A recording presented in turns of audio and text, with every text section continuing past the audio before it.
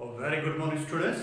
Today we will start the next new chapter, that is the unit number 9 and chapter number 14, and the name of this chapter is electronics. ठीक है, किसके बारे में पढ़ेंगे हम? Electronics के बारे में पढ़ेंगे. ठीक है, तो इलेक्ट्रॉनिक्स बेसिकली होता क्या है? Electronics is nothing but it is the controlled flow of the, क्या होता है? Controlled flow of the electrons. ठीक है, किसका होता है कंट्रोल फ्लो? इलेक्ट्रॉन्स को होता है. यानी कि हमें डिजायरेबल फ्लो चाहिए होता है कुछ एक कंडक्टर्स में, कि हम उसने के अकॉर्डिंगली ही उसमें करंट को फ्लो करवाएं. ठीक है, तो इसी को हम क्या बोलते हैं? इलेक्ट्रॉनिक्स ब्रांच बोला जाता है इसको. कहाँ पे? जहाँ पे हम कंट्रोल को खुद इसमें कंट्रोल करते हैं. ठीक है, करंट को हम कंट्रोल कर रहे हैं, तो कंट्रोल करने की वजह से हमारे बड़े ऐसे कंपोनेंट्स हैं जो हमारे पास प्रॉपरली वर्क करते हैं. क्लियर होगी बात ये? क्योंकि आजकल का देखोगे आप लोग, हमारे अराउंडिंग में जितने भी हैं इलेक्ट्रॉनिक गैजेट्स पड़े हुए हैं. इलेक्ट्रॉनिक गैजेट्स जो हैं वो किसके ऊपर काम करते हैं? छोटे छोटे कंपोनेंट्स के ऊपर काम करते हैं. हर एक कंपोनेंट अपने अपने वर्किंग के अकॉर्डिंगली ही काम कर रहा होता है. जैसे मान लेते हैं हमारे पास एक ट्रांजिस्टर है. ठीक है, ट्रांजिस्टर का एक सिंपल सा कंसेप्ट हम ले लेते हैं कि हम ट्रांजिस्टर यूज क्यों करते हैं? क्योंकि हमें उसमें एक कंट्रोल फ्लो चाहिए होता है. कब हम ऑपरेशन को ऑन कर रहे हैं, कब हम ऑपरेशन को बंद कर रहे हैं. जैसे अगर सिंपल सा मोबाइल ही ले लो, अगर हम इस मोबाइल में वीडियो बना रहे हैं और आप वीडियो देख रहे हो, तो वो किसकी हेल्प से देख रहे हो? इन्हीं इलेक्ट्रॉनिक डिवाइसेस की वजह से देख रहे हो. तो इन इलेक्ट्रॉनिक डिवाइसेस के अंदर हम लोगों ने बड़े ज़्यादा छोटे छोटे कंपोनेंट्स यूज किए होते हैं. ठीक है, वो कंपोनेंट्स जो है कुछ एक पर्टिकुलर फिनोमेना के ऊपर काम करते हैं. क्लियर हुई बात ये? क्यों?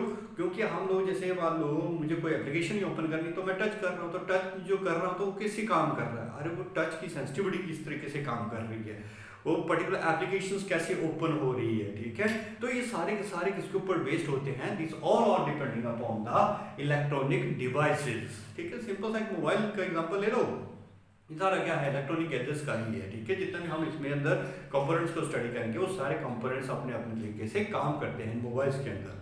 ठीक है, that's why we are very familiar to that of mobile. हम उसको बड़े अच्छे तरीके से ऑपरेट कर सकते हैं मोबाइल को. समझे बात ये? तो ये सारा सारा है क्या है? ये इलेक्ट्रॉनिक्स है, इलेक्ट्रॉनिक्स की ही ब्रांच है. इसको हम स्टडी करेंगे तो इसमें हम मेनली ये चीज स्टडी करेंगे कि इलेक्ट्रॉनिक्स के अंदर मेनली जो एलिमेंट्स यूज हम करते हैं वो कौन से एलिमेंट होते हैं, वो काम कैसे करते हैं. ठीक है, how we can say that we are controlling the flow of the electron. Electron के फ्लो को हम कैसे कंट्रोल कर रहे हैं. ठीक है, तो इन सभी चीजों के बारे में हम डिटेल में स्टडी करेंगे. तो that is called as the electronics. इसी को हम क्या बोलते हैं? इलेक्ट्रॉनिक्स डिवाइसेस बोला जाता है. अच्छा देखो, यहाँ पे हमारे पास जो इलेक्ट्रॉनिक्स डिवाइसेस हैं ये क्यों हम इसमें ऑपरेट कर रहे हैं, तो इसकी थोड़ी सी एक हिस्ट्री देख लेते हैं. हमारे पास जैसे आप लोगों ने पहले सुना होगा कि हमारे जो कंप्यूटर्स हुआ करते थे वो क्या होते थे? बहुत बड़े लार्जेस्ट कंप्यूटर हुआ करते थे. मतलब one computer will take the one complete room. ये क्या करता था? एक पूरे रूम को ही ऑक्युपाई करता था. तो इसके पीछे एक वजह क्या थी? ठीक है, इसके पीछे एक वजह थी cathode rays tube. Vacuum tube बोला जाता है इनको. हम क्या करते थे कंप्यूटर्स में? वैक्यूम ट्यूब का यूज करते थे. ठीक है, ये वैक्यूम ट्यूब कुछ नहीं होती है, एक तरह का हमारे पास एक इलेक्ट्रॉनिक सर्किट को कंट्रोल करने के डिवाइसेस होते थे. ठीक है, तो यहाँ पे हम क्या करते थे? कैथोड लेते थे. कैथोड एक टर्मिनल लेते थे. यहाँ पे हम कैथोड टर्मिनल्स में क्या करते थे? एक बड़ी हाई वोल्टेज सप्लाई करवाते थे. क्या कर रहे हैं? बड़ी हाई वोल्टेज सप्लाई करवा रहे हैं. जितनी हाई वोल्टेज सप्लाई करवाएंगे, यहाँ से इलेक्ट्रॉन जो इंजेक्ट आउट होंगे तो यहाँ पे वो एनोड की तरफ जो वो अप्रोच करते थे. तो ये बेसिक प्रिंसिपल क्या होता है कि इसके कैथोड का वैक्यूम ट्यूब्स का काम होता है. तो ये वैक्यूम ट्यूब्स बहुत बड़ी होती थी. इनको ऑपरेट करने के लिए वोल्टेज भी चाहिए होती है, ज़्यादा वोल्टेज की वैल्यू भी चाहिए, ज़्यादा चाहिए. ठीक है, और ये हीट बड़ी जल्दी हो जाते थे. क्यों? क्योंकि यहाँ पे हम क्या कर रहे हैं? बड़ी हाई वोल्टेज का यूज कर रहे हैं टू प्रोड्यूस द इलेक्ट्रॉन्स. किसको? इलेक्ट्रॉन्स को प्रोड्यूस करने के लिए हम यहाँ पे कर रहे हैं बड़े हाई वोल्टेज का यूज करते थे. और इनका साइज भी जनरली बहुत बड़ा होता था. ठीक है, दैट्स व्हाई जो हमारे इनिशियल जो स्टेज के कंप्यूटर हुआ करते थे वो बहुत लार्जर इन साइज होते थे. But with the advancement of the new technology we reduces the size of the computer nearly equivalent to the mobile size. ठीक है, मोबाइल साइज के हमने उसको रिड्यूस कर दिया. तो ये कैसे हेल्पफुल हुआ? इन वैक्यूम ट्यूब्स का जो काम था तो वो काम जो है छोटा सा एलिमेंट करने लगा. ठीक है, उस एलिमेंट का नाम था ट्रांजिस्टर. ट्रांजिस्टर. ठीक है, मतलब जहां पे हमें बड़ी बड़ी वैक्यूम ट्यूब्स का यूज करना पड़ता था कंट्रोल करने के लिए, किसको? करंट को कंट्रोल करने के लिए, वही काम हमारा किसने कर दिया? ट्रांजिस्टर ने कर दिया. अब ट्रांजिस्टर के किस तरह की इसके एडवांटेजेस थी over this vacuum tube, that's why we have replace this vacuum tube with respect to this transistor. किससे रिप्लेस कर दिया हमने इसको? ट्रांजिस्टर से रिप्लेस कर दिया, ठीक है। तो ट्रांजिस्टर्स जो होते थे वो बड़े इकोनॉमिकल होते थे, ये छोटी सी वोल्टेज के ऊपर भी बड़ा अच्छे तरीके से रिस्पॉन्ड करते थे। मान लो अगर मेरे यहाँ वैक्यूम ट्यूब है तो वैक्यूम ट्यूब को ऑपरेट करवाने के लिए मान लो मेरे को कितनी जरूरत पड़ रही है? 100 वोल्ट की जरूरत पड़ रही है। वेयर अगर इसकी कंपैरिजन में अगर ट्रांजिस्टर को देखता हूँ तो ट्रांजिस्टर जो है अप्रोक्सीमेट 1 वोल्ट के ऊपर ही ऑपरेट हो जाता है, जिसको बड़ी ज्यादा कम वोल्टेज की जरूरत पड़ती है। तो देखो यहाँ पे 100 वोल्ट वैक्यूम ट्यूब को और 1 वोल्ट किसको? ट्रांजिस्टर को चाहिए। तो कौन ज्यादा इकोनॉमिकल हुआ? ट्रांजिस्टर ज्यादा इकोनॉमिकल हुआ। इसको ऑपरेट करना इजी होता है, इसको ऑपरेट करना भी थोड़ा डिफिकल्ट होता है। This is the cheaper in quality and this is the cheaper in the costly in the quality, ठीक है। तो इसकी बड़ी ज्यादा कॉस्ट होती है और इसकी जो थी कॉस्ट कम थी, ठीक है। और यहाँ पे जो काम इतना एफिशिएंटली ये नहीं कर पाता था, ट्रांजिस्टर बड़े अच्छे एफिशिएंटली इससे काम कर ले रहा था। क्लियर हुई बात? ही ऑपरेटिंग वोल्टेज कम थी, फिर इसको बनाने की जो प्रोसेस थी वो भी इजी थी, ठीक है। तो that's why we have replaced this vacuum tube, ठीक है। क्या होते हैं ये? वैक्यूम ट्यूब्स बोलते हैं इनको। तो वैक्यूम ट्यूब्स को जब हमने रिप्लेस किया किससे? इस ट्रांजिस्टर से रिप्लेस किया, तो our computer size has reduces. हमारा कंप्यूटर साइज जो था वो क्या हो गया? रिड्यूस्ड हो गया, ठीक है। हमारा कंप्यूटर साइज किसकी वजह से रिड्यूस हुआ? इन वैक्यूम ट्यूब्स को हमने रिप्लेस किया किससे? ट्रांजिस्टर से रिप्लेस किया, ठीक है। और भी बड़े ज्यादा कंपोनेंट्स हम पढ़ेंगे, डायोड्स के बारे में पढ़ेंगे, ठीक है। ज़ीरन डायोड्स के बारे में पढ़ेंगे हम लोग इसमें। तो ये सारे के सारे कंपोनेंट्स बड़े ज्यादा हेल्पफुल हुए हमारे इन इलेक्ट्रॉनिक्स की दुनिया में, उसको एडवांसमेंट प्रोवाइड करवाने के लिए। समझा की बात? तो ये सारा का सारा कंसेप्ट जो है इसी के सराउंडिंग हम स्टडी करेंगे कि ये ट्रांजिस्टर है तो ट्रांजिस्टर होता क्या है, ये काम कैसे करता है ट्रांजिस्टर, ठीक है।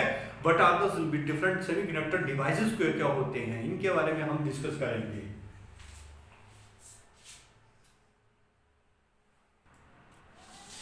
अच्छा, नेक्स्ट आज था हमारे पास क्या, हम लोगों ने अभी तक जो पढ़ा हुआ है हमने मेटल्स के बारे में पढ़ा। मेटल्स क्या होते हैं? मेटल्स के बारे में पढ़ा which have the low resistivity, resistivity की वैल्यू क्या होती है? लो। कंडक्टिविटी की वैल्यू क्या होती है? जिसमें हाई होती है, ठीक है। मतलब मेटल्स वो होते हैं जो क्या करेंगे? कंडक्टिविटी को बड़े आराम से उसको कंडक्ट करवा देंगे, जबकि रेजिस्टिविटी जो होगी उसमें बड़ी ज्यादा कम होगी। कंडक्टिविटी हाई और रेजिस्टिविटी लो होगी। तो यहाँ से हम करंट जो है बड़े आराम से फ्लो कर सकता है, करंट का फ्लो जो होता है बड़ा स्मूथ होता है यहाँ पे। क्लियर होगी बात ये? जबकि एक और इसमें हमने पढ़ा हुआ है किसके बारे में? इंसुलेटर के बारे में। इंसुलेटर, इंसुलेटर क्या चीज होती है? Which have the high value of the resistivity. Resistivity क्या होती है? बड़ी ज्यादा हाई होती है। जब रेजिस्टिविटी हाई है तो कंडक्टिविटी क्या हो जाएगी? इसमें लो हो जाएगी। And the flow of the current will be approximately equal to 0। मतलब यहाँ पे करंट फ्लो करवाने के लिए बड़ी हाई ज्यादा वोल्टेज की जरूरत पड़ती है। इंसुलेटर का काम क्या होता है? ये कंडक्ट को फ्लो नहीं होने देता है। फॉर एग्जांपल ये वुड, ठीक है। और यहाँ पे एग्जांपल लेते हैं मेटल का कॉपर, एल्यूमिनियम, सिल्वर, ठीक है। All these are the very good conductor of the electricity, where as the wood is the bad conductor of the electricity, ठीक है। तो ये इस तरह के मटेरियल जो होते हैं conductor as well as the metal के बारे में हमने पढ़ा और इंसुलेटर के बारे में हमने पढ़ा।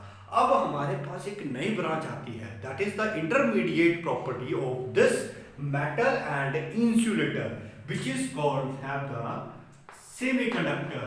क्या बोला जाता है उसको? सेमीकंडक्टर बोला जाता है उसको। क्या बोला गया उसको? सेमीकंडक्टर। सेमी का मतलब हाफ कंडक्टर। ये क्या करेगा? कंडक्टर की तरह भी काम करेगा as well as the insulator की तरह भी काम करेगा according to the our desirable, ठीक है। हमारे अपनी डिजायर के अकॉर्डिंगली ही ये काम कर रहा होता है। तो that's why this is called the semiconductor. क्या बोला जाता है इसको? Semiconductor. It has the property of the conductor, conductor की भी प्रॉपर्टी होती है as well as the insulator की भी प्रॉपर्टी होती है इसके अंदर, ठीक है। अगर हम बिलो रूम टेम्परेचर की बात करते हैं एट 0 केल्विन, तो 0 केल्विन पर ये इंसुलेटर की तरह काम करेगा, मतलब ये अपने अंदर से करंट को फ्लो ही नहीं होने देगा, ठीक है। तो इसको हम बोलते हैं इंसुलेटर। जबकि जैसे हम इसको रूम टेम्परेचर पर लेके आते हैं एट रूम टेम्परेचर, तो रूम टेम्परेचर पर क्या बन जाएगा? It will be act as the conductor, यानी कि अपने अंदर से करंट को ये फ्लो करवा देगा, ठीक है, मतलब एक तरह से कंट्रोलिंग डिवाइस है ये। हम क्या कर रहे हैं, करंट को अपने डिजायरेबल के अकॉर्डिंगली ही फ्लो करवा रहे हैं और उसको स्टॉप कर रहे हैं। तो हम बेसिकली इसी के बारे में ही स्टडी करेंगे इस पूरे के पूरे चैप्टर में। क्या होता है semiconductor? It has the property of the conductor as well as the insulator. Clear हुई बात ये, ठीक है। तो आज हम इसी के बारे में ही डिस्कस करेंगे।